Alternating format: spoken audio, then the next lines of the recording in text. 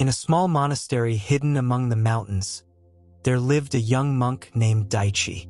He had been trained in the art of meditation since childhood, and his heart was filled with the stillness of Zen.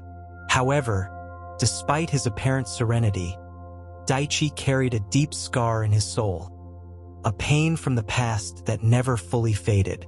One day, as he meditated by a river that ran through the monastery, the figure of his master, an elderly monk with silver hair, appeared before him.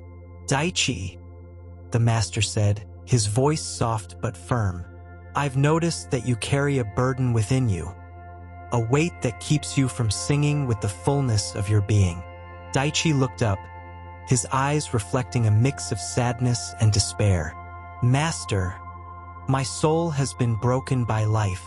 I've experienced pain and loss, and though I try to find peace, I feel that the scar in my heart never heals. How can I sing when my soul is broken?" The master sat beside him, watching the flow of the water. "The soul doesn't break, Daichi.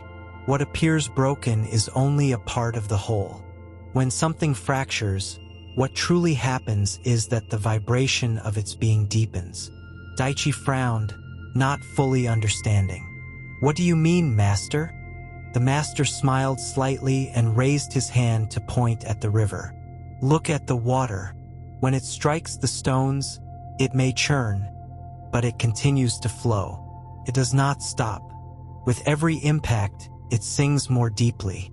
So it is with the soul. Wounds do not destroy it. They transform it, make it deeper, more resonant. What you think has broken you has, in truth, refined your being." Daichi closed his eyes, trying to grasp his master's words. But within him, something began to resonate. In the days that followed, Daichi couldn't stop thinking about the master's words.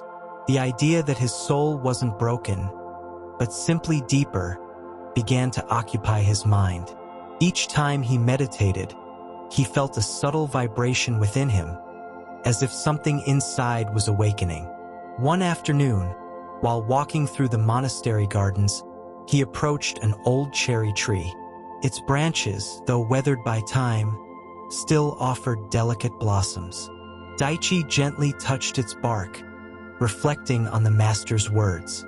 A soft crack caught his attention. It was a small broken twig, fallen by the wind.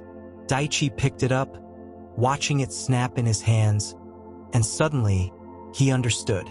"The branch breaks, but the tree lives on," he whispered. "No matter how many branches fall, the tree keeps singing to the wind." Suddenly, a gust of wind brushed his face. Daichi felt as if the air whispered in his ear, as if the wind itself spoke to him. The soul doesn't break, it transforms. In every scar, life sings more deeply. Determined to understand further, Daichi returned to his master, seeking answers. "Master, is it true that our scars make us sing more deeply? How can I fully understand this?" The master, seated under a nearby tree, looked at him gently and nodded. "Scars are not the end, Daichi. They are the opportunity for your soul to sing with greater resonance. Pain is not a punishment. It is a chance to attune yourself more deeply to the universe. Each wound carries its own melody." Daichi remained silent, allowing those words to seep into the depths of his being. As the days passed, Daichi began to see his pain from a new perspective. Each dark thought, each painful memory, no longer disturbed him so much. Instead, he began to feel a strange gratitude for them. They were like dissonant notes in a song that, at first, seemed out of place, but eventually blended into a greater harmony. One day, the master invited him on a walk to the mountaintop. The journey was difficult, but Daichi accepted without hesitation. As they climbed, the air grew colder and the silence deeper. The master said nothing, but Daichi knew something important was about to happen. At the summit, they found themselves before a vast view. The valley stretched below, covered in mist. The sun was beginning to set, tinting everything in a golden, peaceful hue. The master, gazing at the landscape, finally spoke. Daichi, the soul cannot break because it is eternal. When you think something is destroyed, it is only being reshaped. The sun sets every night, but rises again the next day. The moon hides behind the clouds, but it's always there. So it is with the soul. Daichi looked toward the horizon, feeling a deep connection with the master's words. The sun was hiding, but the light did not disappear. In fact, it seemed the light grew stronger in the darkness. Master, how can I see the light when I feel surrounded by darkness? Daichi asked, feeling the weight of his vulnerability. The master smiled tenderly. The light is always there, Daichi. You just don't see it because you're looking into the dark. But if you allow yourself to open your eyes, you'll see that the light never left. Darkness is only a contrast, an opportunity for the light to shine more brightly. Daichi closed his eyes and took a deep breath, letting the master's words sink into his being. Something within him was awakening, and he couldn't help but feel that, somehow, all he had lived through, every suffering, had been a prelude to this moment of clarity. That night, Daichi stayed on the mountaintop beneath a clear sky full of stars. The cold surrounded him, but his soul no longer felt the weight of darkness. In the stillness of the night, a sense of peace filled him. Everything he had experienced, every tear, every loss, every wound, was beginning to form a unique, unrepeatable melody within his heart. The next morning, upon returning to the monastery, Daichi went to the river where he usually meditated. The water continued its course, indifferent to the passage of time, flowing without resistance. He sat on the bank, feeling the murmur of the water as a song that spoke directly to his soul. Master, Daichi said, his voice carrying a new serenity. Why do the scars on the soul feel so deep, if in the end they are just transformations? The master appeared, as if he had been waiting for the question. He smiled softly and sat beside him. Because human beings try to escape pain. But in truth, pain is only a part of the whole. When we resist it, we make it stronger. When we accept it, we transform it. A scar is not a sign of weakness, but of strength. The transformation of a wound, instead of weakening us, opens us to a new understanding of ourselves. Daichi watched the water, each drop moving, transforming, yet never ceasing to be part of the river. Then he understood. It was not about avoiding suffering, but about letting it flow through him without resistance. The scars were not the end of his story, but the beginning of a new harmony within his being. Master, then, does every pain, every sorrow, become a song that connects us to something greater? Daichi asked, his eyes shining with understanding beginning to blossom in his heart. Exactly, the master replied, with a smile reflecting the peace Daichi now felt in his soul. The soul doesn't break, Daichi.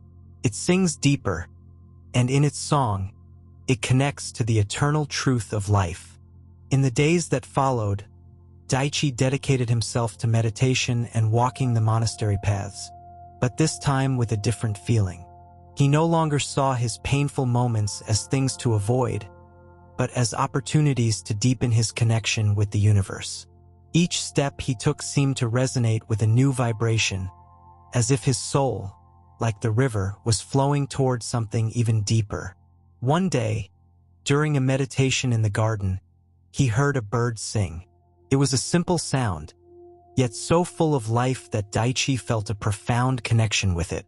The bird's song, though brief, seemed to carry the essence of all nature, a melody that transcended any boundary. In that moment, Daichi understood something more. The soul, like the bird's song, doesn't need to be perfect. It doesn't seek to please or impress. It simply sings, because that's what it is meant to do. He rose and went to find the master, eager to share what he had understood. Master, the soul doesn't need to be perfect to sing. The singing itself is its perfection, Daichi said, his eyes lit with realization. The master looked at him with satisfaction, as if he had been waiting for those words. Exactly, Daichi. The soul, like the river and the bird, doesn't need the perfection you imagine. It only needs to flow, to sing. Perfection is an illusion created by the mind. The soul, in its true nature, is perfect in its imperfection. Every wound, every scar, are merely the notes that compose the unique song of your life. Daichi realized that his suffering was not a barrier, but an essential part of his song. He couldn't deny what had been or what had happened, but he could choose how to see it. Each scar was an instrument, each pain a melody that enriched his being. Master, and what happens when the soul feels empty? When it seems there are no more songs to sing? The master remained silent for a moment, gazing at the flowers blooming around them. Emptiness is just another aspect of the song, Daichi. Emptiness is not the end, but a necessary space for something new to emerge. The pause between notes. Without emptiness, there is no sound. Without silence, there is no music. So even when you feel your soul is empty, it is simply preparing the ground for a new song you have not yet heard. With these words, Daichi felt as if a new understanding filled his being. Emptiness, instead of something to fear, was now a sacred space. He no longer saw those uncertain moments as weakness, but as an invitation to listen for what had not yet been revealed. It was a whisper from the universe, offering him the chance to begin anew, to sing a melody still unknown. Days passed, and Daichi began to walk with a new lightness. During his meditations, he allowed himself to feel the fullness of each moment of silence, of each breath. Every time he felt something within him emptying, he understood that it was simply preparing his soul for a new resonance.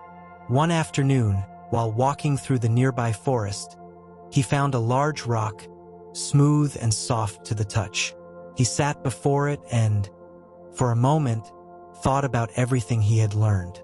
The wind whispered through the trees, the leaves fell slowly to the ground, and everything seemed to be in perfect balance. Master, Daichi said when he finally found the elder monk, I've been thinking about all you've taught me. If the soul sings deeper when faced with pain, does that mean I must seek suffering to find my true essence? The master looked at him carefully, his face full of serenity. No, Daichi, suffering is not something you must seek. Life on its own will offer you chances to go deeper. Do not seek pain, but do not close yourself to it either. True freedom lies in allowing whatever comes, whatever it may be, to pass through you without resistance, without fear. Daichi nodded, understanding the importance of not clinging to any experience, not to joy nor to suffering. Everything was part of the same song, the same melody unfolding, the infinite symphony of existence. In the days that followed, Daichi stopped trying to understand everything with his mind. Instead, he began to live more from silence. He walked, meditated, breathed, and allowed each moment to speak for itself. He no longer searched for answers because he understood that life itself was the answer. One morning, while helping in the monastery garden, he watched a seed, barely visible, give way to a green sprout pushing through the soil. He remembered how his own heart, buried under layers of pain, had begun to blossom through acceptance. Master, he said that afternoon as they shared a cup of tea, I understand now that pain was never my enemy. It was my teacher in disguise. The master nodded with a soft smile. That's right, Daichi. The soul that has known darkness and still chooses to sing is an awakened soul. Not because it has defeated suffering, but because it has danced with it without losing its light. and each time it sings, that light grows stronger. The young monk lowered his gaze, deeply moved, not because he no longer felt pain, but because he had learned to love it as part of his path. Master, then, does singing deeper mean living without fear? It means living without resistance, the master replied. It means trusting that even what you don't understand also belongs to you. The soul that sings deeply doesn't avoid the sad notes, but embraces them in its melody with the same devotion as the joyful ones. Daichi closed his eyes and smiled. He no longer needed to understand everything. It was enough to be present, to feel, and to let life sing through him. That evening, as the last light of the sun painted the clouds in golden pink, Daichi sat by the edge of the mountain and listened. He listened not with his ears, but with his being. The wind didn't speak in words, but it told him stories. The trees didn't move randomly, but danced to an invisible rhythm. The silence wasn't empty. It was full of wisdom, and somewhere within that vast stillness, Daichi heard it. The song of his soul. It was not loud. It didn't demand. It was soft, like a flute carried by the breeze. It was deep, like an echo in a sacred cave. And it was true. So true that tears welled in his eyes, not from sadness, but from remembrance. He remembered who he was before the pain. He remembered who he became because of it. He remembered that nothing had ever been broken, only transformed. Back at the temple, the master saw him return, calm and radiant. "You heard it," the old monk said with a knowing smile. Daichi bowed deeply. "Yes, master, and I will keep listening." The master simply nodded, placing a hand over Daichi's heart. When the soul sings, all of existence sings with it. And so, in the quietude of the mountains, beneath the endless sky, the song of a soul echoed, not as a cry of suffering, but as a hymn of awakening. A reminder that, in the deepest silence, even pain can become music, even sorrow can become light, and the soul, far from breaking, sings.